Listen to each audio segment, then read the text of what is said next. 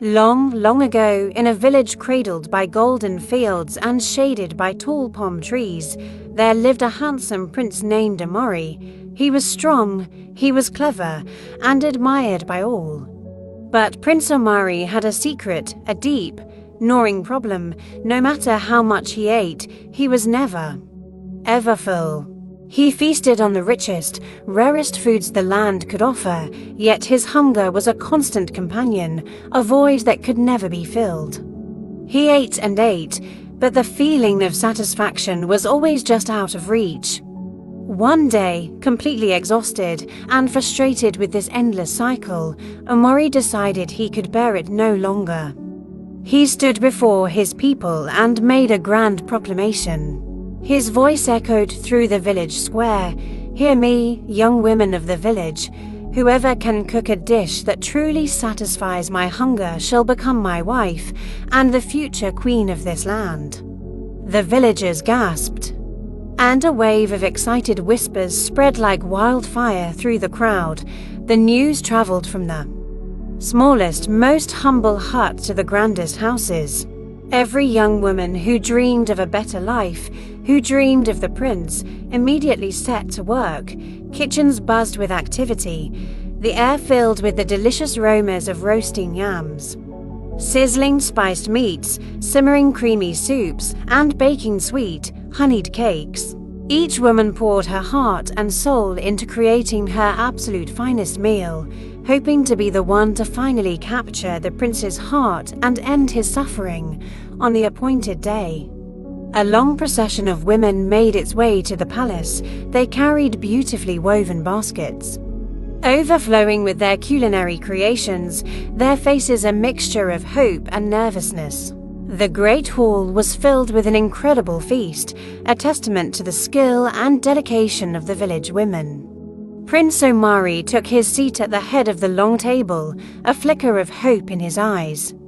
He began to taste each dish, one by one. He took a bite of a perfectly roasted yam, its skin crispy and its inside fluffy. He chewed thoughtfully, swallowed, and the hunger remained. He moved on to a succulent piece of spiced meat, fragrant with herbs from the distant mountains. He ate it all, but still, he felt empty. He sipped a bowl of rich, creamy soup, its texture smooth and comforting. Nothing. He even sampled a delicate, sweet cake, light as air and drizzled with syrup. Still hungry. A shadow of despair fell over Omari's face. He stood up abruptly, his frustration boiling over. "Is this all?" he shouted, his voice laced with disappointment. "None of you can satisfy me. Perhaps no one in this world ever can." The women, who had watched him with bated breath, now hung their heads in sadness and defeat. The great hall fell silent, the uneaten food a symbol of their collective failure. Just as the prince was about to dismiss everyone, a quiet figure stepped forward from the back of the crowd. It was a young woman named Amina. She wasn't dressed in fine silks, and she didn't carry an elaborate basket. In her hands, she held a simple wooden bowl containing humble millet porridge, sweetened with a touch of honey and sprinkled with a few crunchy palm nuts. But it was what she did next that truly caught everyone's attention. Instead of presenting her dish proudly and standing tall before the prince, Amina gracefully knelt down. In a soft, gentle voice, she said, "My prince, I am Amina. Please do me the honor of tasting what I have prepared. It is simple, but it was made with you in mind. I hope it pleases you." Omari, intrigued by her different approach, raised an eyebrow. He was tired, but her humility was a stark contrast to the prideful displays he had seen all day. He gestured for her to serve him. Amina carefully offered him the bowl. As Omari took the first spoonful, something incredible happened. The porridge was warm and delicious, yes, but it was more than just the taste. He could feel the love, the genuine care, and the deep respect that had gone into its preparation. Throughout the meal, Amina remained kneeling, her posture humble, her expression patient and courteous. She didn't look up, seeking praise. She simply waited. With every bite, Omari felt the deep, gnawing hunger that had plagued him for years begin to fade away.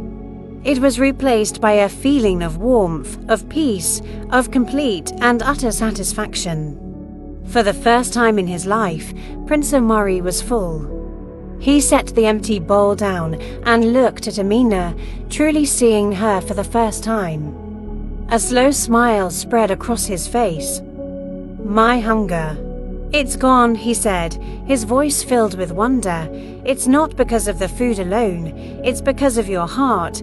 It's because of your respect." The entire village erupted in thunderous cheers. The women who had failed now smiled, happy for Amina and for their prince.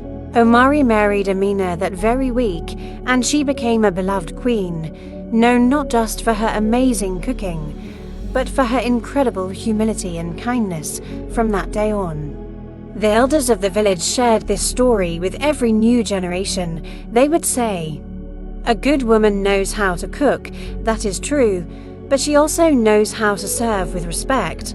Food can satisfy the stomach, but it is courtesy that truly satisfies the soul." And so, Amina's name was remembered for centuries,